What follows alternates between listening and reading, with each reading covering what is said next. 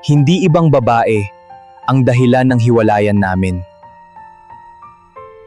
Akala ko noon, kami na talaga hanggang dulo. Pero nagsimula akong umutang para sa mga bagay na hindi ko naman kailangan. Swipe dito, swipe dun. Akala ko normal lang. Hanggang sa dumami ang utang ko at hindi ko na kayang bayaran. Araw-araw na kaming nag-aaway tungkol sa pera. Unti-unting nawala ang tiwala niya sa akin.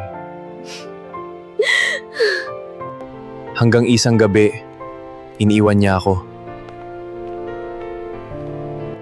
Doon ko na-realize na hindi lang pera ang nawawala sa utang. Minsan, pati mga taong mahal mo, nawawala rin. Kung umabot ka hanggang dito, follow iBanker PH. Marami ka pang matututunang money lessons.